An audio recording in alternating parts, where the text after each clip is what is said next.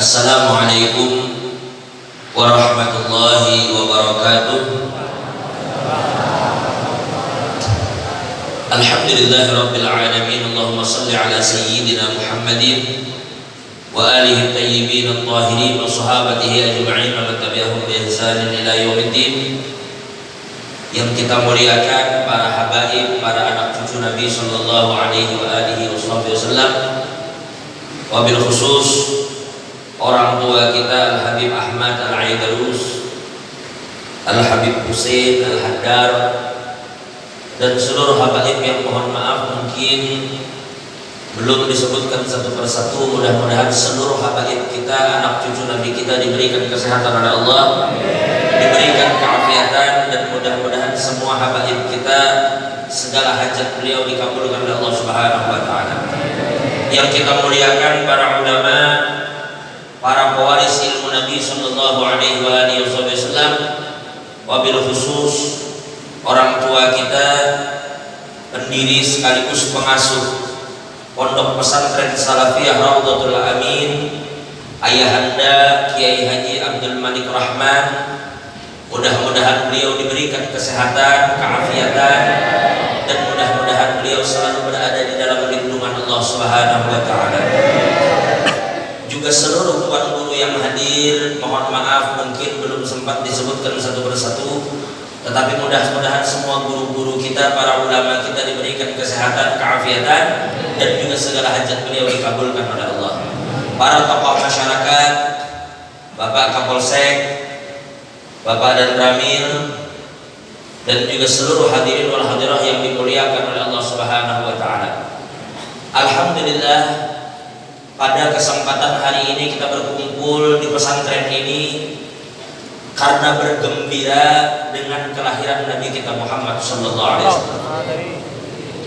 Allah Subhanahu wa taala berfirman di dalam Al-Qur'an, "Qul bi fadlillah wa bi rahmatihi fa bidzalika falyafrahu."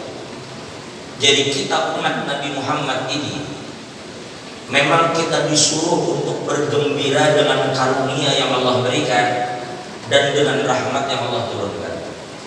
Kemudian ulama sepakat, tidak ada karunia dan rahmat yang lebih besar daripada wujud Sayyidina Muhammad. Al-Imam Al-Busiri mengatakan, wa man huwal ayatul kubra li mu'tabirin wa man huwa ni'matul uzma lil muqtanimin. Jadi ketika kita gembira dengan Nabi, maka jangan heran ketika pulang dari sini hati kita dilapangkan oleh Allah, beban kita dihilangkan oleh Allah, dan nama kita diangkat oleh Allah. Sebagaimana ulama memberikan isyarat, sebab Allah berfirman di dalam Al-Quran, alam nashrah laka sadrak, sampai terus daripada ayat dari surah ini, maka mereka kemudian mengatakan kita tidak akan sampai kepada insyirahus sadr. Kita tidak mencapai kalimat alam nashrah laka sadrak. Tidak ada insyirahus sadr, tidak ada beban yang dihilangkan, tidak ada nama yang diangkat kalau kita belum sampai kepada ayat wa amma bi ni'mati rabbika fahaddits. Bahwa ini ayat kita baca sebelum kita masuk ke dalam surah yang baru, surah Alam Nashrah laka sadrak. Ujar ulama, ini adalah isyarat apabila kita ingin dada kita dilapangkan oleh Allah, beban kita dihilangkan oleh Allah, lalu kemudian kita ingin nama kita diangkat oleh Allah, maka ulama mengatakan syaratnya adalah amma bi ni'mati rabbika fahaddits. Maka ceritakanlah nikmat-nikmat yang Allah telah berikan kepada kita semua. Maka kembali lagi, ketika kita menceritakan nikmat, tidak ada nikmat yang lebih indah dan lebih sedap untuk diceritakan lebih dari Sayyidina Muhammad. Sehingga dengan menceritakan Nabi, hati kita menjadi lapang. Maka sebelum kita berbicara tentang Nabi, para jamaah yang dimuliakan Allah, tanamkan dua keyakinan di hati kita. Yang pertama, ketika kita hadir bergembira dengan Nabi kita Muhammad, kita bersolawat kepada Nabi kita Muhammad, maka tidak berpisah kita dari masjid ini, tidak keluar kita dari sini, tidak keluar kita dari sini terkecuali dosa kita diampuni oleh Allah. Karena setiap sesuatu yang berkaitan dengan Nabi ini menjadi perhatian dari Allah. Allah berfirman di dalam Al-Quran, maka Allah yu'adzibahum wa anta fihim. Allah tidak akan pernah mengadab suatu kaum, Allah tidak akan adab suatu kampung selama Nabi Muhammad ada di tengah-tengah mereka. Itulah kenapa kita tidak mendengar orang-orang Quraisy padahal begitu dahsyatnya gangguan mereka kepada Nabi kita Muhammad, sampai-sampai mereka ingin membunuh Nabi kita Muhammad. Tetapi mereka tidak mendapatkan gempa, tidak banjir yang besar, tidak adab-adab yang besar. Kenapa? Karena bagaimana adab itu turun sedangkan rahmat berikungan ada di situ. Sebagaimana Nabi katakan, innama ana rahmatul muhdah. Allah katakan di dalam Al-Quran, wa ma arsalnaka illa rahmatan lil alamin. Jadi Nabi ada di situ. Allah tidak akan adab suatu kampung, Allah tidak akan adab suatu kaum selama Nabi Muhammad ada di tengah-tengah mereka.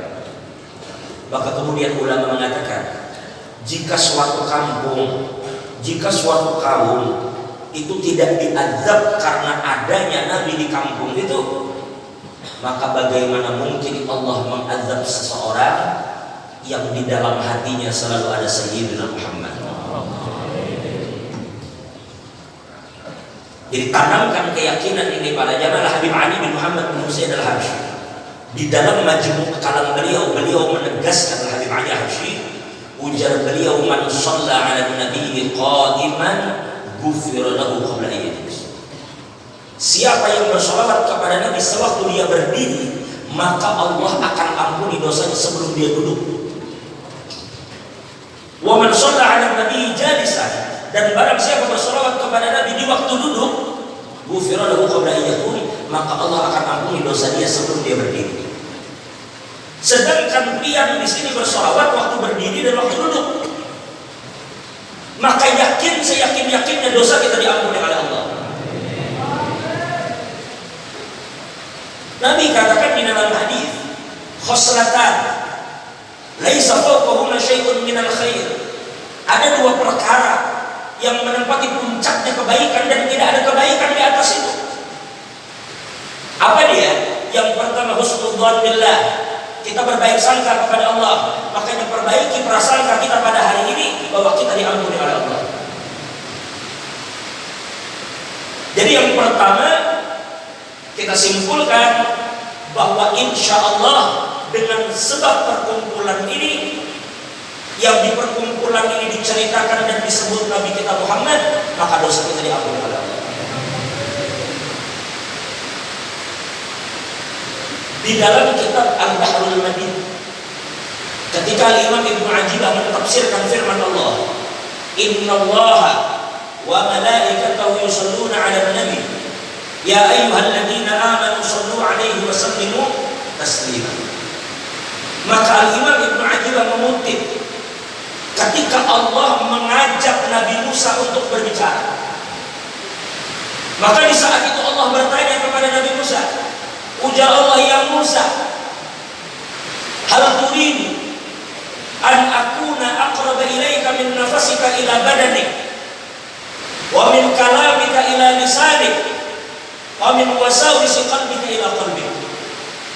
Allah bertanya, wahai Musa, apakah kamu mau kalau aku ini, ujar Allah, lebih dekat kepada kamu dibanding ucapan dengan lisanmu,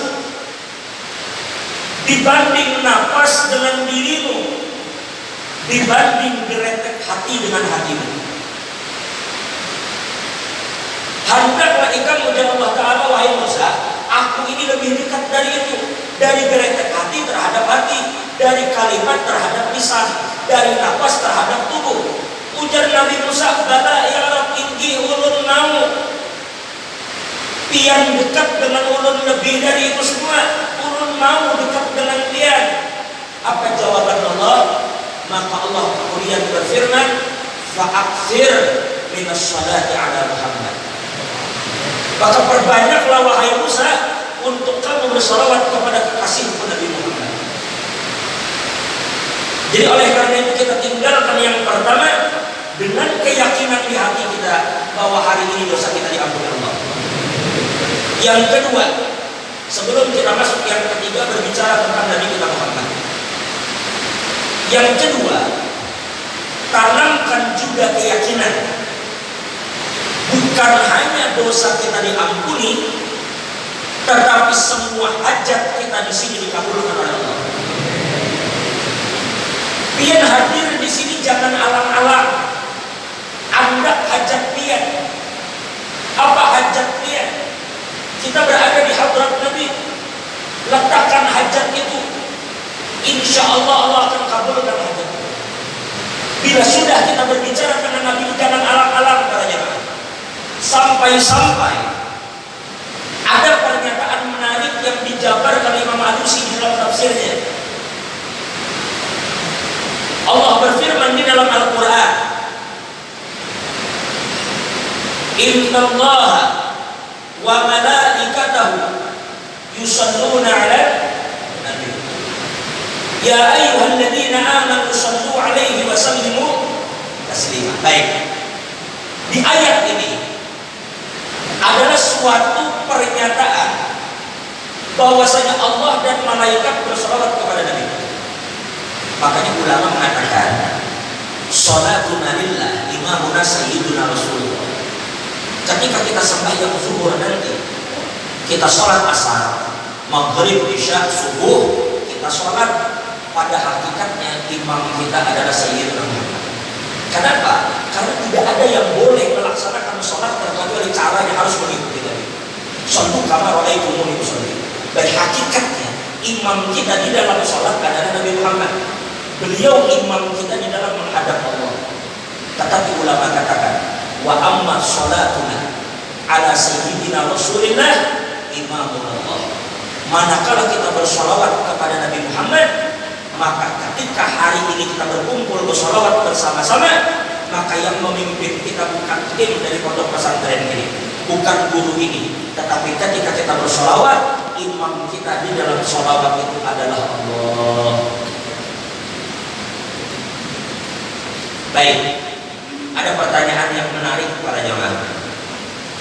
Ketika kita perhatikan ayat tadi, Innallaha wa malaikatahu yusalluna 'alan nabi ya ayyuhalladzina amanu sallu 'alaihi wa sallimu. Di ayat ini kita diperintahkan bersolawat ke ada? Diperintahkan bersolawat ke ada? Baik. Pertanyaannya, jika memang kita diperintahkan bersolawat di ayat itu, yang memerintahkan kita siapa? Siapa yang menyuruh kita? Allah. Pertanyaan berikutnya, kalau Allah menyuruh kita bersolawat di ayat itu, pertanyaannya Allah sendiri bersolawat ke ada? Allah bersolawat ke ada? Baik. Allah bersolawat, begitu ya para malaikat. Tetapi yang menarik adalah ketika kita diperintahkan untuk mengucapkan salam di ayat itu, pertanyaannya, di ayat itu Allah memberi salam kepada? Di ayat itu Allah bersolawat, tetapi di ayat itu Allah memberi salam kepada? Di ayat itu Allah memberi salam kepada? Ternyata kalimatnya Innallaha wa malaikatahu yusalluna 'alan nabi, bukan Innallaha wa malaikatahu yusalluna wa yusallimuna 'alan nabi. Lalu ini menarik perhatian para ulama. Kenapa kita disuruh bersolawat, Allah bersolawat, tapi manakala disuruh mengucapkan salam di ayat itu Allah tidak memberi salam? Padahal di banyak kesempatan Allah memberi salam. Allah memberi salam kepada Nabi, tapi khusus di ayat ini kada. Dan ulama kemudian memikirkan apa sebenarnya maksud dari firman Allah ini, sehingga kemudian ulama berbeda pendapat. Sampailah mereka pada kesimpulan satu, ada ulama yang memahami makna sallimu taslima adalah memang ucapan salam. Jadi kita disuruh untuk mengucapkan salam kepada Nabi selama ini yang kita lakukan. Assalamualaikum ayyuhan nabi wa rahmatullahi wa barakatuh. Allahumma shalli wa sallim ala sayyidina Muhammad wa ala ali sayyidina Muhammad. Jadi pendapat pertama, makna taslim di sini adalah ucapan salam. Tetapi ternyata tidak sedikit di antara ulama yang memahami dengan tafsir yang kedua. Di antaranya sebagian dari Ahlul Bait, dan juga ini dikutip oleh Imam Al-Alusi di dalam tafsirnya. Apa dia? Ternyata ujar beliau makna taslim di sini adalah maknanya al-inqiyad tam. Makna inqiyad adalah makna taslim. Taslim bermakna tafwid, menyerahkan urusan itu kepada Nabi. Sehingga dari situ mereka mengatakan seakan-akan maksud dari ayat ini adalah innallaha wa malaikatahu yusholluna 'alan nabi ya ayyuhalladzina amanu shallu 'alaihi wa sallimu taslima. Seakan-akan maksud daripada sallimu taslima, shallu 'ala Muhammadin wa fawwidu umurakum ilaihi tafwidun. Bersolawatlah kamu kepada Nabi Muhammad dan serahkan urusanmu habis-habis kepada Nabi Muhammad. Ini penjabaran yang cukup menarik para jemaah. Karena penjabaran ini memiliki syawahid, memiliki pendukung. Tidakkah kita lupa bagaimana hadisul a'ma ketika orang buta datang ke Nabi melaporkan tentang kebutaannya, meminta Nabi untuk mendoakan. Kalau memang yang ingin berdoa, kenapa kada langsung minta lawan Tuhan? Padahal Nabi jelas bersabda di dalam hadis, "Idza sa'alta fas'alillah wa idza ista'anta fasta'in billah." Bila kamu minta kepada Allah, bila minta tolong Allah Ta'ala. Kenapa dijadikan Nabi? Tapi ini menunjukkan kepada kita bahwa pintu terbesar untuk masuk ke hadirat Allah itu memang Nabi. Sehingga Sayyidina Junaidi al-Baghdadi mengatakan semua pintu menuju Allah ini sudah ditutup semua, terkecuali pintunya Sayyidina Muhammad. Ini amal orang buta datang ke Nabi. Walau annahu idzalamu anfusahum ja'uka, bukan walau annahum idzalamu anfusahum ja'uni, ja'uka. Coba, orang yang berbuat maksiat itu bila datang ke Nabi lalu meminta ampun kepada Allah, fastaghfirullah wastaghfara lahumur rasul lawajadullaha tawwabar rahim. Bila sudah Nabi memintakan ampun, apa? Lawajadullaha tawwabar rahim. Orang meminta hajat datang ke Nabi, orang minta ampun datang ke Nabi. Sampai ujar Sayyidina Habib Umar, jangan pernah kita mengira seberapa pun besarnya perkumpulan kita untuk membesarkan Nabi itulah yang terbesar. Tetapi ketika nanti kita berbicara perkumpulan untuk membesarkan Nabi, maka perkumpulan terbesar adalah di padang mahsyar. Ketika itu dalam tanda kutip Allah hendak bertampai siapa Sayyidina Muhammad. Di situ Tuhan memperlihatkan kepada alam semesta tentang Nabi kita Muhammad. Ya Allah, di situ para jamaah, ketika manusia ketakutan di padang mahsyar, Allah itu murka, Allah itu bertajalli dengan namanya Al-Muntaqim. Al-Muntaqim itu yang akan mengazab orang-orang berdosa, tetapi sebelum Allah azab, Allah akan periksa mereka dengan sangat detail, dikorek semua kadada yang tersembunyi. Makanya ulama ini paling takut bila sudah Allah Ta'ala itu bertajalli dengan namanya Al-Muntaqim. Makanya ujar Nabi Adam, mohon maaf, itu ya Nabi Adam jangan minta tolong aku kadang pernah melihat Allah semur ke hari ini. Saya datang Nabi Nuh dia, betul julan mereka ujar Nabi Nuh, Nabi Ibrahim dia, betul saat Nabi Musa, Nabi Isa, terakhir dia Nabi Isa mendatangi Nabi Muhammad aja gitu. Berbondong-bondong manusia ini mendatangi Nabi Muhammad. Ini Nabi yang sewaktu hidup beliau mengatakan likulli nabiyyin da'watun mustajabah. Setiap nabi itu memiliki doa yang makbul di sisi Allah dan semua mereka telah memakai. Tapi ujar Nabi, uridu an akhtabi'aha syafa'atan li ummati yaumil qiyamah. Aku dan Nabi itu simpan permintaan itu sebagai syafaat bagi umatku nanti di hari kiamat. Nabi katakan di dalam hadis, syafa'ati li ahli al-kaba'ir min ummati. Sallallahu alaihi sayyidina Muhammad. Bukan cuma di akhirat, di dunia Nabi sudah mintakan ampun. Di dunia kita lo kada tahu-tahu habis bermaksiat kita guring, habis minum teler, guring, uyuhan. Urangnya kan mau tahu minta ampun pun kada. Tetapi Nabi katakan di dalam hadis, hayati khairul lakum wa mamati khairul lakum. Di akhir dari riwayat ini Nabi katakan tu'radu alayya a'malukum. Amal kalian ini dipertontonkan, diperlihatkan dan Nabi kata, in ra'aitu fihi khairan hamidullah ala dzalik. Kalau aku perhatikan, aku lihat di situ kalian berbuat baik, maka aku gembira dan aku akan puji Allah. In ra'aitu fihi ghaira dzalik, dalam riwayat lain syarran, seandainya aku dapati di sana ternyata kalian berbuat buruk, berbuat dosa, apa ujarnya? Istaghfarullah lakum, maka aku akan mintakan ampun untuk kalian kepada Allah. Itu kita masih hidup, dimintakan ampun oleh Nabi kita Muhammad. Kayak apa menurut dia di akhirat? Ketika semua berbondong-bondong mendatangi Nabi, di situ ketika semua nabi-nabi diam karena nama bersuara, la yatakallamun, mereka kada berani memender, illa man adzina lahu rahman. Cuma satu yang saat itu berani bicara. Ketika semua orang merasa sempit, merasa ketakutan, walayyadhiqa Rasulullah jahuka bi idzal karim tajalla bismi muntaqim. Ketika Allah bertajalli dengan namanya Al-Muntaqim, Allah begitu murka, sedikit pun itu tidak mempersempit langkah Nabi untuk menyelamatkan umat. Kalau Nabi dengan Allah bertajalli dengan nama Al-Muntaqim, Nabi sedikit banyak jadi segan. Kada sedikit langkah Nabi tidak menyempit, jah Nabi tidak menurun. Beliau akan berjuang untuk mempertahankan dan menyelamatkan umat. Ini adalah Nabi kita Muhammad. Sehingga kita ini para jamaah dimuliakan Allah kita lantaran kita di umat Nabi Muhammad. Kita kada mulia, cuma kita bersandar kepada Nabi yang mulia, maka jadilah mulia kita dengan berkat Nabi tadi. Jadi berkumpulnya kita di majelis ini menyambat narab Nabi, kita memuliakan, hakikatnya bukan kita yang menjadikan Nabi mulia dengan qasidah kita. Bukan kita yang menjadikan Nabi mulia dengan syair yang kita baca, tetapi kita yang memuliakan mulut kita dengan sebutan nama Nabi Muhammad. Itu terbang, merasa mendapat kemuliaan dengan dipukulnya dia untuk menyemarakkan sesuatu yang berkaitan dengan Nabi Muhammad.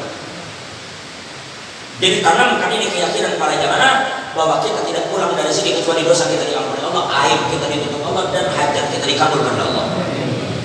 Karena Allah tidak akan permalukan Nabi kita.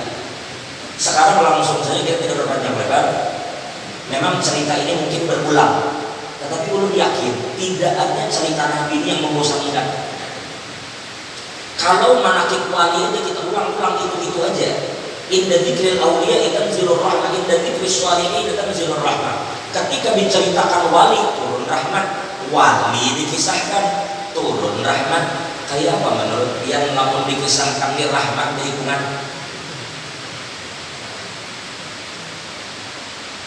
Walhasil dikatakan tadi Nabi kita Muhammad ini, makanya bagus pada doa Nabi baca dulu tadi. Doa itu Allahumma rzuqna ziyaratahu fi kulli sanah. Ya Allah, berikan kami kesempatan bisa berziarah kepada Nabi setiap tahun. Wa la taj'alna minal ghafilin 'anhu qadra sanah. Dan jangan jadikan ulun lupa terhadap Nabi Muhammad meskipun hanya sekedar kata mengantuk. Sekejap ini jangan jadikan lupa. Makanya Al-Imam Abdul Abbas Al-Mursi mengatakan Allah ba'ani Rasulullah tarfata ainin mana ada tunat sinir muslimin. Ujar Imam Abdul Abbas Mursi, kalau Rasulullah hilang dari pandanganku sekejap mata, kafir betul. Kalau Rasulullah hadir, hilang. Kalau Nabi hilang dari pandanganku sekejap saja, maka aku tidak menganggap diriku bagian dari kaum muslim. Lalu kalimat ini sampai kepada Sayyidina Al-Habib Umar bin Abdul Rahman Al-Attas, sebagaimana ditulis oleh Habib Abdullah bin Amr Al-Attas di dalam kitabnya Zuhurul Haqaiq. Sudah mengutip, Habib Umar Abdul Rahman Al-Attas langsung menanggapi ujar Habib Umar, wa kaifa yaghibu anna wa huwa ainul wujudina.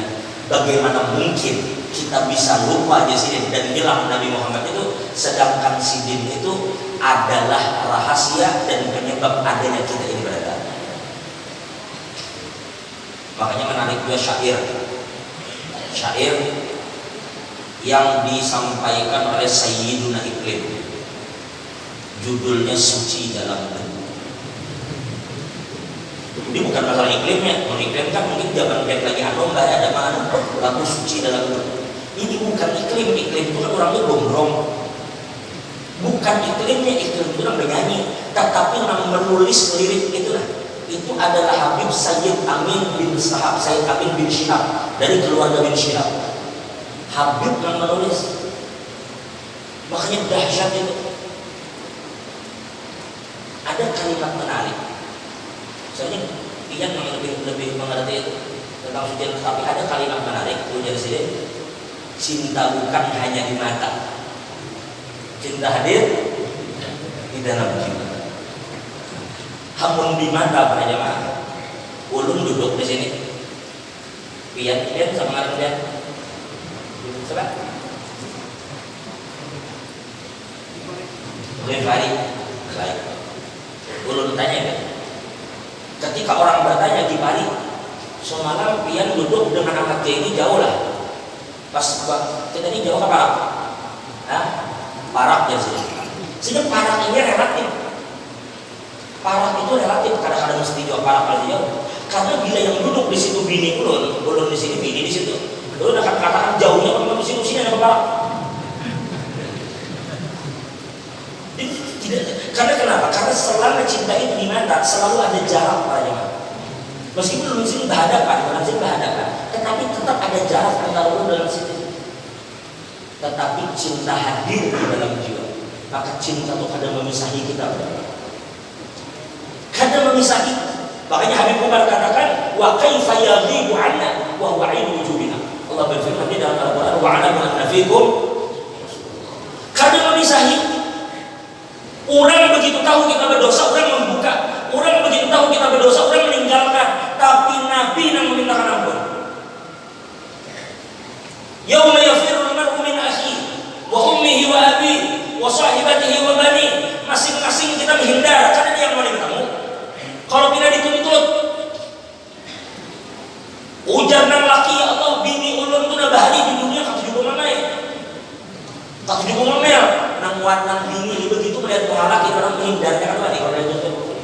Nang bini kayak itu pulang, ya Allah, laki ulun waktu di dunia kadang membimbing, kadang menafkahi dengan adil. Bini rupanya silin banyak, menafkahi kada adil. Takutan kata bini kedua ketiga tu menghindar. Kalau bila bini menuntut, semua orang menghindar. Kita lawan bapak menghindar karena kita takut kalau bila bapak menuntut hak silin di dunia kita kadang hidup berbakti. Kayak itu juga kuitan takutan kalau bila anak menuntut di dunia kadang ujung-ujung mendidik. Semua lari, tapi Nabi Muhammad kada lari. Nabi menunggu umat para jemaah. Mudah-mudahan Allah menjadikan kita berada umat Nabi Muhammad. Sekarang mari kita bicara tentang Nabi sedikit lagi dengan harapan mudah Allah memberkahi kita. Ada satu hal menarik para jemaah juga dulu terjadi. Kami sebelum berangkat ke Hadramaut itu dulu sowan kepada almarhum Habib Mustafa bin Sudak Al-Idrus. Sewaktu kami di Martapura, kami sowan kepada Habib Mustafa bin Sudak, itu rumah beliau. Apa sih kalau kita masuk kumpul itu simpang Takbul Pengalaman kalau nih Mbak. Simpang Takbul Pengalaman kita masuk dari Masjid Pancasila masuk karena kata simpang 4 bila ke kiri katanya mereka. Bila terus arah Sungai Kaca. Nah itu kan belok kanan kita. Bila belok kanan kan kita bertemu Al-Zahra yang orang menjual ayam kan. Jual ayam. Masuk kita di gang itu lah. Bila dia sebelah kanan rumah Guru Fahmi di situ ada. Terus kita gang itu bila kita mentok ujung itu kan langsung pintu ubah lah. Pintu langgar, pintu ubah. Rumah paling kanan itu kan rumah Haji Jahrani. Nah orang biasanya saat ini selama ubah tutup ziarahnya ke situ. Duduk mulai situ. Ini rumah di sebelah kiri paling ujung. Nah rumah sebelah kiri ini dulu di situ Mustafa kami datang. Waktu itu sowan minta izin, minta doa waktu datang ke Hadramaut.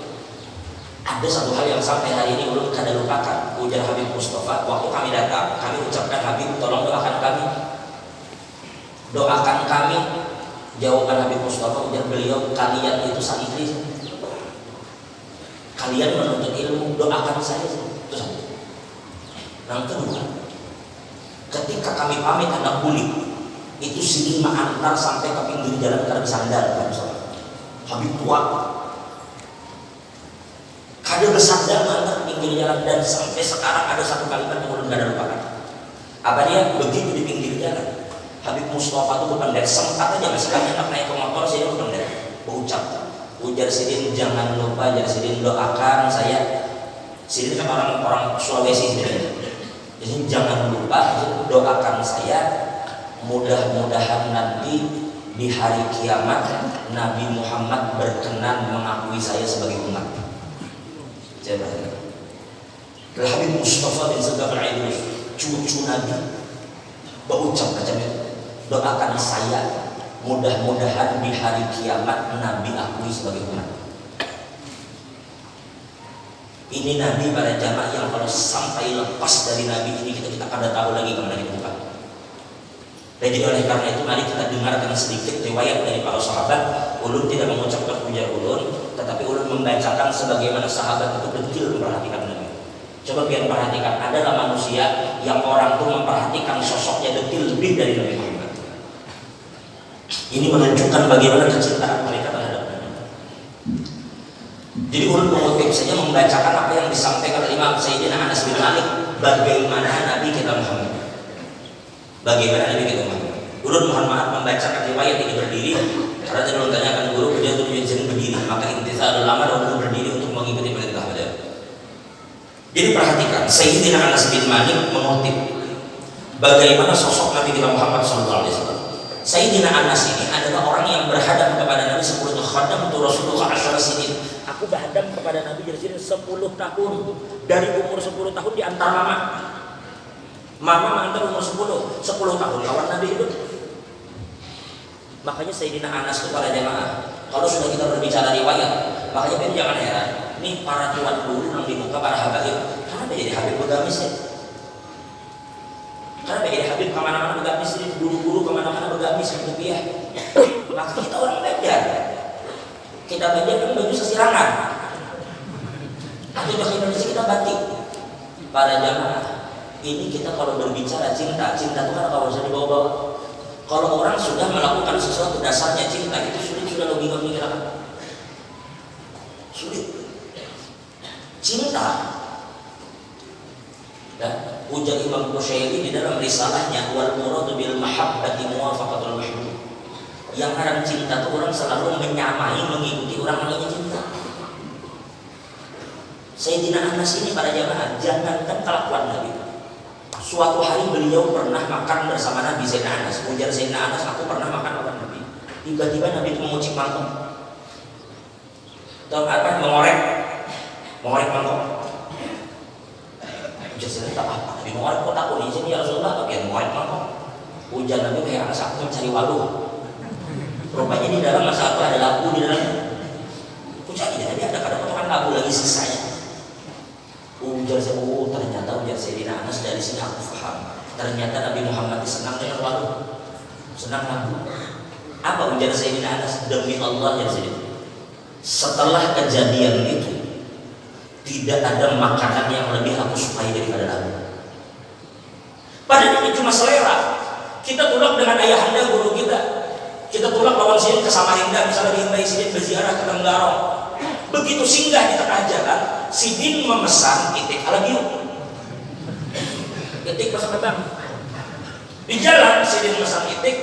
Kan apa ini kalau kita memesan nila goreng? Sidin memesan itik, ulun memesan paliat. Kan apa ini kalau kira-kira?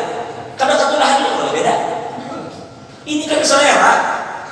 Sidin meminum jeruk hangat. Kada apa ini ulun meminum PS.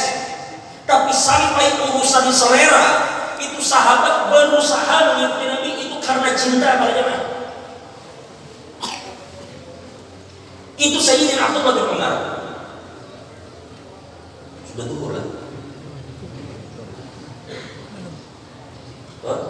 Jam berapa sudah? Ini duhur sampai jam 3 boleh awal. Walhasil Sayyidina Abdullah bin Umar suatu hari pernah berjalan. Ulun mohon maaf lah, ulun kadang kami tahu bang daerah Amuntai ini. Cuma ulun ipar ada di Amuntai. Ipar abing kawin lawan orang Amuntai, orang Manarap. Bon, alabiul lah di Manarap ini. Tapi kan kadang-kadang hafal, ulun mendeskripsikan yang ulun hafal aja. Ulun Ibarat begini, anggap aja dari Martapura tuh, Masjid Pancasila, kalau lebih benar, Masjid Pancasila di Martapura Sekumpul, anggap di situ dengan di Sekumpul Kubah, kan jauh lah. Suatu hari Sayyidina Abdullah bin Umar itu berjalan bersama para sahabat, tiba-tiba sampai anggap di Masjid Pancasila, tujuannya ibaratnya kayak sekumpulnya. Sampai di Masjid Pancasila, tidak jauh dari tujuan, tiba-tiba Abdullah bin Umar minta singgah. Biasanya singgah sebetulnya kami di situ. Lalu kami, begitu berkulit hujan yang lain ya Allah, biarnya anak kami kenapa di sini? Itu loh, sedikit lagi kita sampai. Cuma tunggu di situ, wadahnya nyaman, baju ada. Kalau dia di sini, ujar Abdullah bin Umar, dulu aku pernah berjalan bersama Nabi Muhammad. Ketika itu aku menyaksikan Nabi singgah di tempat ini dan Nabi kencing di tempat itu. Maka aku berdiri dan kencing duduk di tempat itu untuk mengenang dan mengikuti Nabi Muhammad. Sampai segitunya sahabat para jamaah. Tapi jangan kira wadah Nabi Muhammad. Nabi Muhammad itu para jamaah beda dengan kita. Kita ini ujar ulama di dalam fikih kita, terutama ditulis Syekh Atiyah di dalam kitabnya Ghayatul Munah, syarah daripada Safinah yang paling besar. Beliau banyak mengutip daripada Mughni di situ. Apa ujar beliau? Beristinja, bebasuh habis makami, bebasuh habis buang air besar, itu hukumnya wajib banget. Terkecuali Nabi Muhammad kada wajib. Kenapa? Karena tidak ada yang keluar dari tubuh Nabi kecuali suci. Walhasil, kita kembali lagi. Dulu Pak Kapolsek, dan Nabil di Samarinda, waktu zaman Corona pas Covid, itu ada rumah makan di McDonald. Itu menjual burger ayam, sama menunya biasa, tetapi bungkusnya digantinya pakai gambar BTS. BTS atau BTS? BTS itu bukan apa? Grup apa? Oh, ini.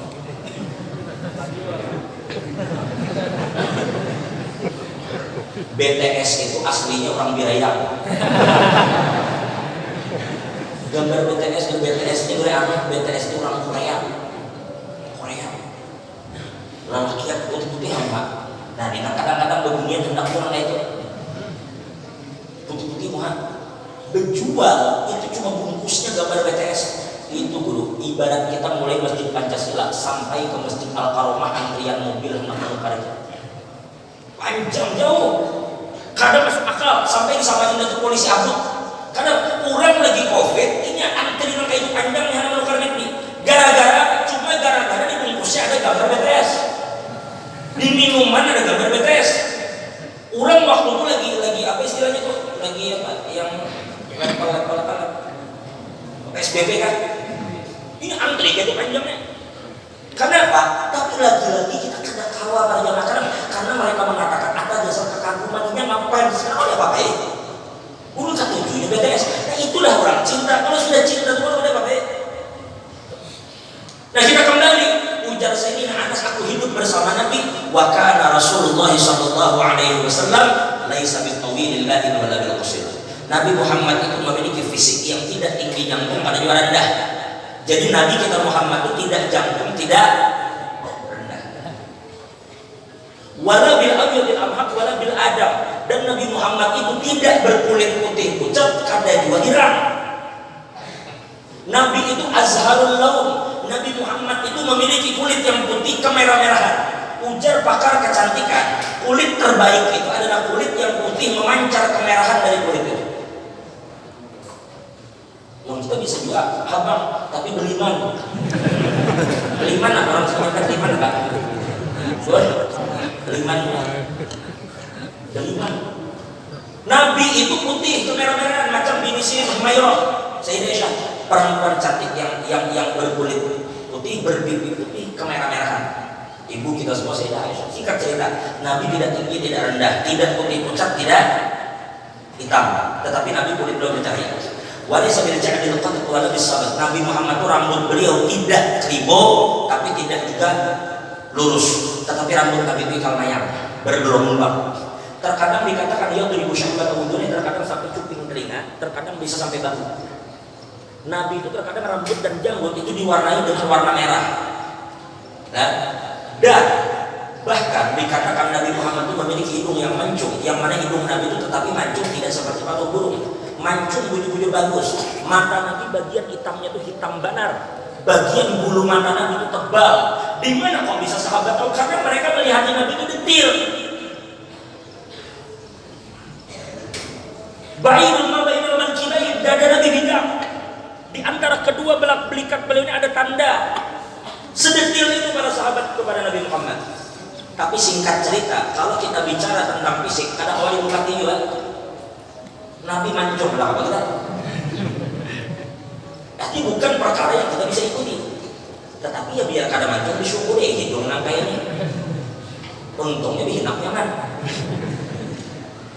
Udah tinggalkan fisik. Karena pada akhirnya kalau kita bicara tentang Nabi sampai kiamat para jamaah ada untungnya. Wa ala tafannuni wasfihi li wasfihi yafna zaman wa fihi malam yusuf.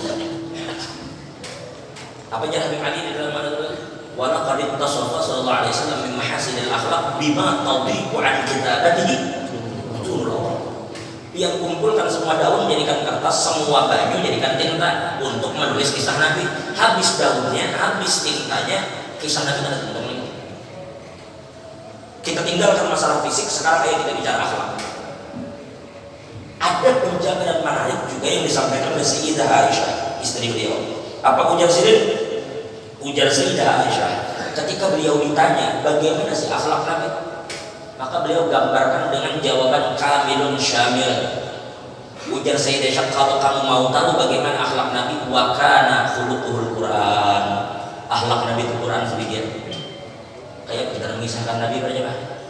Wa kaifa yudriku fid dunya haqiqatahu qaumun niyamun tasallaw anhu bil hulubi.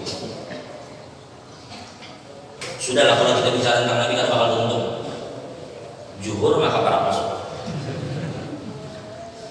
Walhasil ujar Sayyidah Aisyah, ma daraba Rasulullah biyadihi syai'an qat illa an yujahida fi sabilillah. Nabi Muhammad itu tidak pernah menggunakan tangan untuk memukul orang kecuali dalam perang. La khadim wala mar'ah, tidak perempuan, tidak pembantu. Nabi itu kan pernah mukul. Begitu Nabi kita Muhammad. Singkat cerita, maksudnya boleh memukul dalam Islam, boleh, tapi ada aturan. Macam bini misalnya terlalu berbuat khusyus, maka begini tuani lawan laki. Yang pertama laki disuruh menegur dan mengingatkan dan membimbing. Bila kada mempan juga, boleh itu dihajar, bukan dihajar. Dipisahi. Ibaratnya bini itu melakukan yang haram, kita ibaratnya yang menegur, kita akan tegur untuk memberikan ini peringatan supaya inya sadar inya salah. Jakinya guring di atas, kita biar di bawah. Kalau kada mempan juga masih boleh ada dipukul, boleh. Tetapi bidor bin ghairi mubali, jangan pukulan yang tidak boleh mencederai. Karena beginian itu bila sore haram lelaki kada menakur aja gini akan merasa apalagi untuk pukul, tapi pukulan yang tidak boleh sedikit pun mencederai. Karena pada dasar itu dilakukan atas dasar sayang. Nah sampai di sini para jamaah, kalau tidak kita kisah Nabi kalau bakal tuntungan, karena ulun di pondok ada yang ulun ingin sampaikan. Jangan dikira ulun kong kali kong dengan pengurus pondok. Ulun perlu sampaikan nih karena ini jamaah-jamaah yang hadir di antaranya wali santri ulun, mohon maaf bicara ini satu. Sudahlah kalau kita bicara Nabi tidak bakal selesai, sampai kapanpun tidak bakal selesai. Mudahan kita dapat berkah Nabi. Para wali santri yang dimuliakan Allah satu. Ketika dia memasukkan anak ke pondok ini, maka serahkan anak dia itu bujur zahiran wa batinan. Jangan alang-alang memasukkan anak ke pondok. Serahkan anak itu zahir batin satu. Yang kedua, dia akan mendengar anak itu lagu macam-macam. Bahwa hari-hari dia bilang lagi makan 2 kali. Kita tempe ya. Emangnya anak makan apa? Makan steak. Burger. Itu pondok. Anu baik makanan dari seluruh bilang kan gatalan. Bila gatalan itu obat. Bila gatal itu macam-macam kita dengar. Anu baik yang bajunya acak mati. Anu baik yang termasuk anu baik. Itulah di sebelah asrama ada yang kawan yang jahil lawan dulu. Juga mengganggu macam-macam. Lalu mendengar itu dia ambil kan. Dan fikirkan baik-baik kan. Satu, ketika pian memasukkan anak ke pondok, itu kesempatan pian untuk mendidik anak ini. Di pondok itu dia berhadapan dengan banyak tingkah, banyak sikap. Ini akan berhadapan dengan orang yang suka dan orang kada suka. Di situ anak kita tuh ditempa, dididik kayak menghadapi orang yang kada ketujuh. Pintar-pintar anak lagi. Bila ini adalah ada orang kada ketujuh, kadang orang kada ketujuh itu karena kada terlalu dekat kan, melihat beda pembualan di jalan. Coba paraki, kalau perlu bagi hadiah, akhirnya hubungan orang itu jadi baik. Tahan. Jadi anak kita tuh model dilatih kayak apa yang bersikap dengan orang yang kada suka dengannya. Karena apa? Karena para orang tua santri pian kada selamanya hidup lawan anak, kada selamanya kau membela. Suatu hari kena anak pian akan berhadapan dengan masa yang jauh lebih berat daripada masa pian. Ini loh pian tahu, ini daerah-daerah ini, di daerah Penajam tuh, di daerah Pasir tuh, di daerah Sambor itu sekarang jadi ibu kota baru. Berarti kita boleh katakan daerah Hulu Sungai Utara ini Tanjung itu menjadi namanya penyangga ibu kota. Dari ibu kota ke sini macam kayak dari Jakarta ke Bandung aja. Kita mungkin macam kayak Tangerang, macam kayak Bekasi. Dia akan saksikan nanti 10-20 tahun akan datang akan banyak orang Jepang, orang Cina, orang Inggris, orang Amerika mungkin datang ke Muntai. Mereka tak lebih nasibkan karena ibu kota. Dan bila bukan Inggris, Cina, Jepang, Amerika datang ke sini, ini kadang mungkin sekedar bercari aja, ini pasti mencari hiburan. Kadangnya usaha aja, ini cari hiburan. Dan ulun rasa kadang mungkin hubungan Amerika, Inggris, Cina ini pilihnya mencari hiburan beburdahan kan? Enggak, ada mungkin kadang yang bangun diskotik di sana, kadang yang bangun pulang malam. Maka anak-anak kita ini berhadapan dengan masa itu kan? Makanya ulun mohon maaf para jamaah, pian merasa anak pian di sini macam-macam dah. Lalu pian ambil ikan ambilnya kayak kita pindah ke sana. Sekali pian pindahkan anak macam itu, lihat anak pian itu akhirnya menjadi orang yang lemah ya. Mohon maaf lah, lemah apa maksudnya? Maksudnya ini apabila bertemu masalah pikiran itu menghindar ya. Kada selamanya orang itu menghindar. Bertemu masalah pindah. Dikira kayak pondok situ kada ada. Mungkin di situ pondok lebih gatal lagi. Jangan di sini tuh gatal bagaimana, di situ muridnya berkutu. Kada ada pondok itu, kada ada pondok itu, kada diuji, kada diuji. Jadi bila sekali dia ampihkan, maka anaknya ada dalam benaknya bila ada asal aku pindah aja, sampai kapan anaknya menjadi kuat. Jadi di kesempatan dia dan guru kadang-kadang mengumpuli anaknya, dididik anaknya agar serahkan zahir batin satu. Nah kedua, Allah ma'am, perhatikan guru-guru itu. Ini guru mohon maaf ya. Kadang-kadang kita menyekolahkan anak belajar bahasa Inggris di Permagama di Erlangga. Berapa les bahasa Inggris? Wani bayar 1 juta sebulan. 1 juta sebulan. Karena les menari. Ngaran Samsul kan jadi menari. Umpam kesenian menari silapnya bayar 500.000 gitu. Begitu di pondok.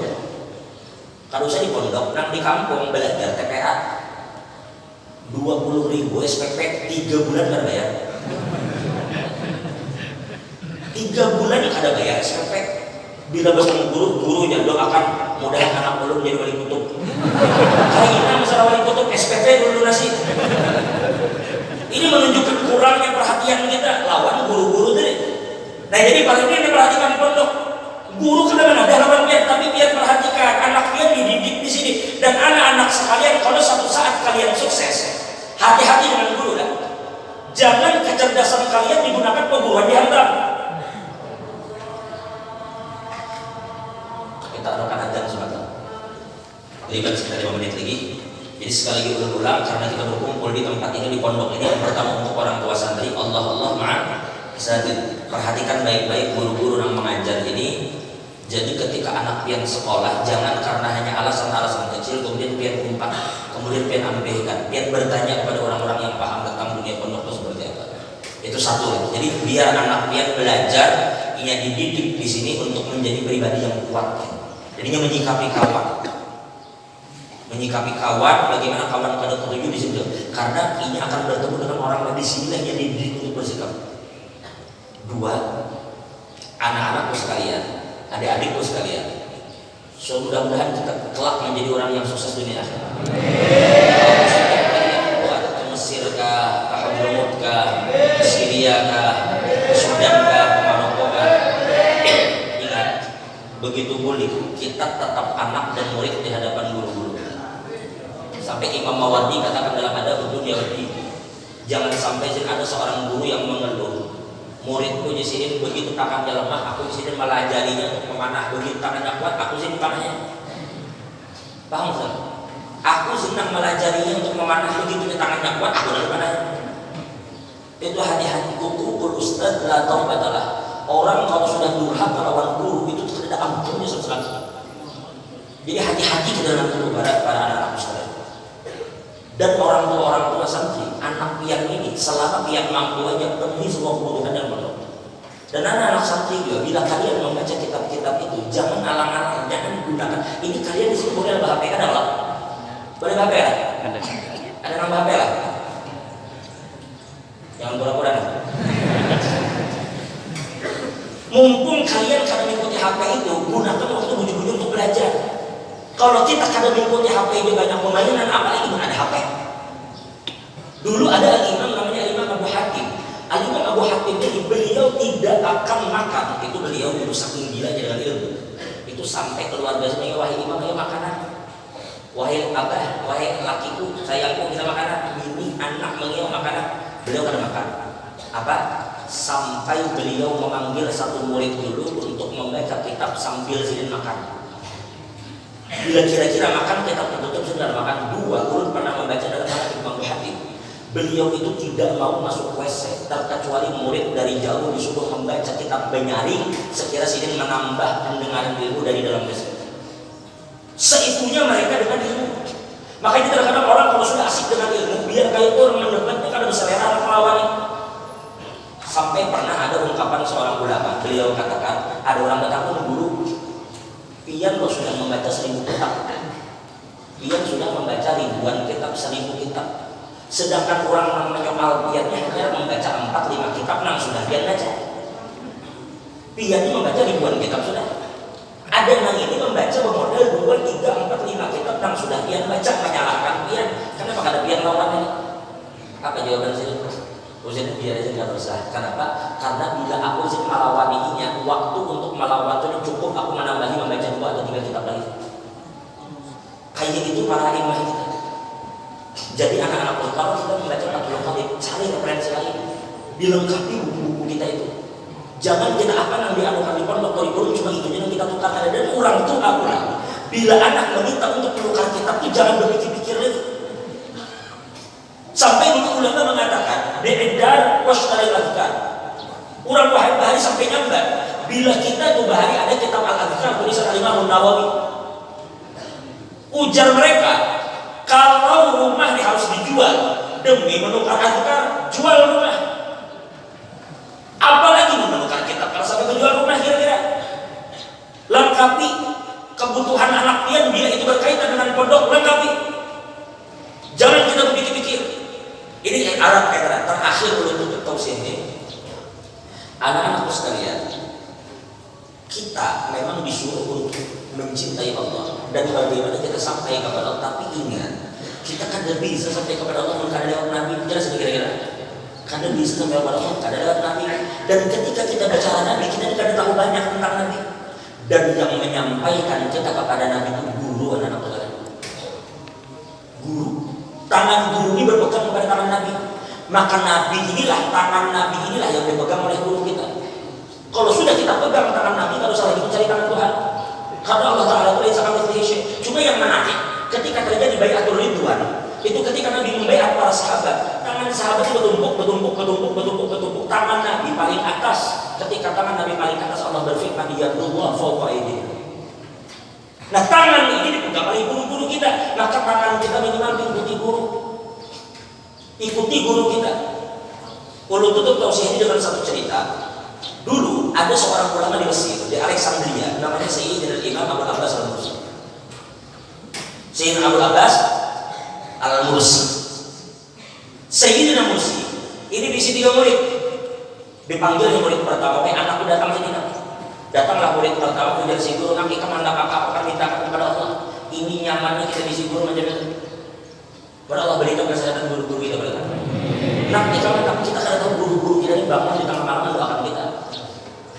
guru nanti kamu minta apa? Minta kepada Allah. Ujar si murid, guru doakan ulun mudah menjadi orang yang fana billah. Ulun fana billah. Ini cerita mereka, kita kadang mengerti hakikat itu, tapi cerita itu terjadi. Ujar si guru, aku akan mintakan kepada Allah. Maka akhirnya si murid ini menjadi orang yang fana billah. Setiap kalimat yang keluar dari mulut atau tulisannya itu menjadi hikmah. Dia adalah Sayyidina Imam Ibnu Athaillah As-Sakandari, murid daripada Imam Muslim. Datang murid kedua, ujar si guru, nanti kamu nak minta apa? Aku akan mintakan kepada Allah. Ujar si murid, guru doakan ulun menjadi orang yang panah lawan Rasulullah, orang panah lawan Nabi.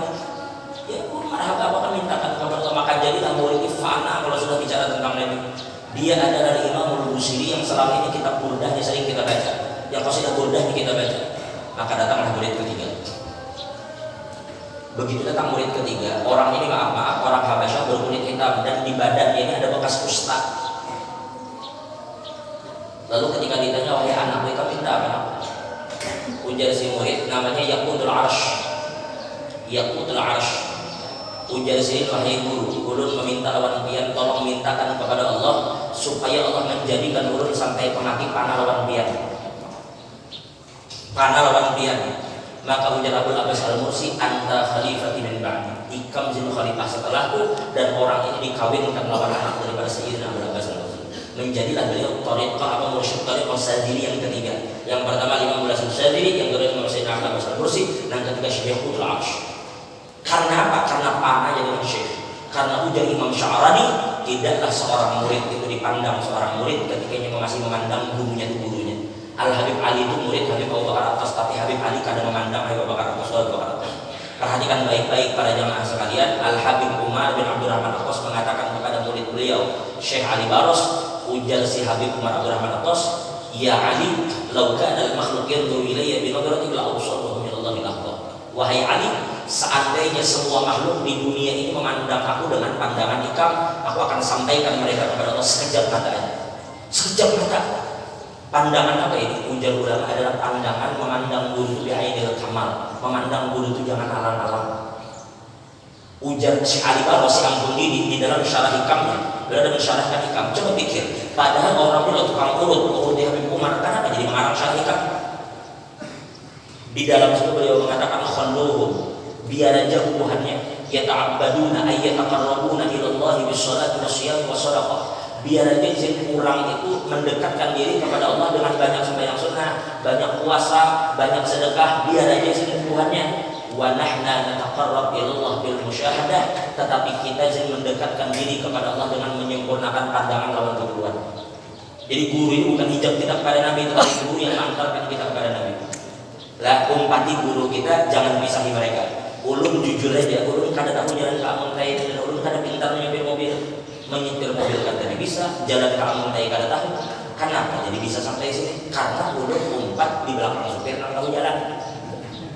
Kamana supir sampai, saya belum sampai. Kita ini bingung jalan menuju hadirat Nabi di mana, tapi guru kita tahu, umpati guru kita baik-baik. Mudah-mudahan semua guru-guru kita diberikan kesehatan. Mudah-mudahan terus anak-anak yang sekolah dan keluar dari tempat ini mudah-mudahan senantiasa diberkahi oleh Allah. Mudah-mudahan anak-anak sekalian tidak berhenti sampai di sini. Setelah dari sini lanjutkan karena pendidikan sampai kemanapun. Utlubul ilma minal mahdi ila lahad. Mudah-mudahan kawan semuanya insyaallah menjadi orang-orang yang saleh, ulama amilin. Mudah-mudahan kita kawam amalan ilmu. Karena pada dasarnya menjadi ulama itu tidak harus mengajar di pondok yang terakhir. Ujar ulama wal muradu bil ilmi nafi al ilmu nafi'ul ladzi wal muradu bil ilmi al ilmu nafi'ul ladzi, perhatikan, al ilmu an-nafi'ul ladzi yakunu wasilatan ila ridha azza wa jalla. Lam yakun kadzalika lam yakun ilman bal huwa bil jahli musybiha. Yang karena ilmu itu adalah ilmu apapun yang mengantarkan kita kepada ridha Tuhan. Bila itu mengantarkan kepada ridha berarti itu ilmu bermanfaat. Bila ada ilmu apapun tingginya, ujar beliau itu bil jahli musybiha, itu disamakan dengan kebodohan meskipun dia alim, tetapi karena menjadikan dia mendapatkan ridha Allah. Mudah-mudahan Allah mengampuni dosa kita.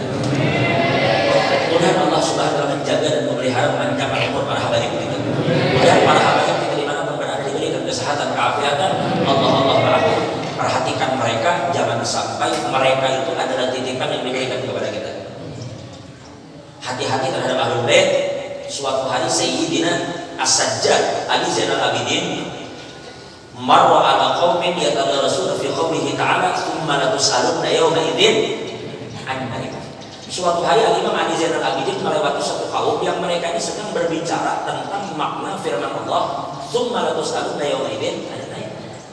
Fa'atakul wahidin bima fatahallahu alaih. Setiap orang membawa dalil masing-masing. Ujar yang seikung yang dimaksud dengan na'im itu adalah umur, kita akan ditanya tentang umur. Ujar yang seikung kita akan ditanya tentang harta. Ujar yang seikung kita akan ditanya tentang waktu. Maka Imam Sajjad Ali Zainal Abidin mengatakan ujar beliau ya wayhakum. Ujar ya wayhakum. Ujar beliau wa'lamu annal murada bin na'imi fi qawlihi ta'ala tsumma latus'alunna yawma idzin 'anil na'im nahnu alu Muhammad. Nikmat yang kita bakal ditanya di hari kiamat itu adalah keluarga Nabi Muhammad. Bagaimana sikap kita kepada mereka, bagaimana perlakuan kita kepada mereka. Sampai ada ulama yang mengatakan bahwa kalimat Nabi ma baina baiti wa minbari raudhatun min riyadil jannah itu adalah isyarat. Ada ulama yang memahami begitu dan kami pernah lihat masih itu di dalam kitab. Ternyata ujar mereka yang dimaksud dengan mimbar itu adalah ajaran Nabi. Semua ajaran Nabi yang bersumber daripada Al-Quran dan Sunnah. Berarti kita katakan pondok ini sebenarnya adalah kepanjangan dari mimbar Nabi. Di Pamangki itu kepanjangan dari mimbar Nabi. Di Darussalam kepanjangan mimbar Nabi. Di Bangil kepanjangan mimbar Nabi. Berarti di satu sisi kita harus pegang ini. Pegang ajaran Nabi baik dari Al-Quran atau Sunnah. Di sebelah sini ada apa ya? Di sini mimbar apa? Di sini apa? Hah? Ini mimbar. Di sebelah sini apa? Rumah lah. Antara rumah itu dan mimbarku taman surga. Raudhatun min riyadil jannah. Maksud mimbar ujar ulama adalah semua ajaran Nabi kita pegang. Di sebelah sini apa maksud rumah? Ujar mereka yang dimaksud dengan rumah itu adalah kecintaan terhadap keluarga Nabi. Kalau pian berpegang kepada ajaran Nabi di satu sisi dan pian cintai keluarga Nabi di sisi lain, maka dimanapun pian berada dan kapanpun pian berada di raudhatun min riyadil jannah. Lucu juga kita pegang ajaran Nabi tapi keluarga Nabi kita rendahkan, keluarga Nabi kita hinakan. Allah ma'ahum. Perhatikan keluarga Nabi kita, mudah-mudahan mereka panjang umur, sehat afiat, dan sekali lagi mereka adalah titipan yang Allah akan tanya kita tentang mereka. Mudah-mudahan para guru-guru kita juga diberikan kesehatan, keafiatan oleh Allah. Wabil khusus orang tua kita, mudah-mudahan beliau sehat, panjang umur. Mudah-mudahan perjuangan beliau membina pondok ini, mengasuh pondok ini menjadi perjuangan yang kelak di hari kiamat akan membanggakan hati Nabi kita Muhammad SAW. Dan mudah-mudahan ini terus mengalir menjadi sesuatu yang dikatakan idza mata bil adam min qata'a illa min thalath. Salah satunya adalah ilmu yuntafa'u bihi, yaitu ilmu yang bermanfaat, bahkan menjadi jariah bagi beliau juga. Dengan pondok ini mudah-mudahan beliau panjang umur, sehat afiat. Begitu juga guru-guru kita yang lain, mudah-mudahan silih sehat, panjang umur, segala hajat silih kabul. Kita yang hadir keadaan mudah Allah beri kesempatan berhaji dengan haji yang mabrur, berumrah makbulah. Begitu juga Bapak Camat, Bapak Lurah, Bapak Kapolres, Bapak dan Ramil. Mudah-mudahan beliau diberikan Allah pertolongan di dalam tugas-tugas beliau, di dalam kesehatan, di dalam keafiatan, dalam perlindungan Allah, dan mudah-mudahan segala hajat kita dikabulkan Allah. Nasallallahu yaghfir lana dzunub bismihi farij 'anna kullal qurub wa Allah subhanahu wa ta'ala yarzuquna wa iyyakum tulal umur fi khair wa afiyah wa nasallallahu an yarzuqana wa iyyakum mahabbatus salihin wa yarzuqana mahabbatahum wa yatawaffana 'ala alladhi bi syuhudati zutratihi min ghairi sabiqati 'adabin wa la hisab ala hadhihi an-niyyah wa 'ala kulli ma nawa bihi salafus salih wa ila hadratin Al-Fatihah.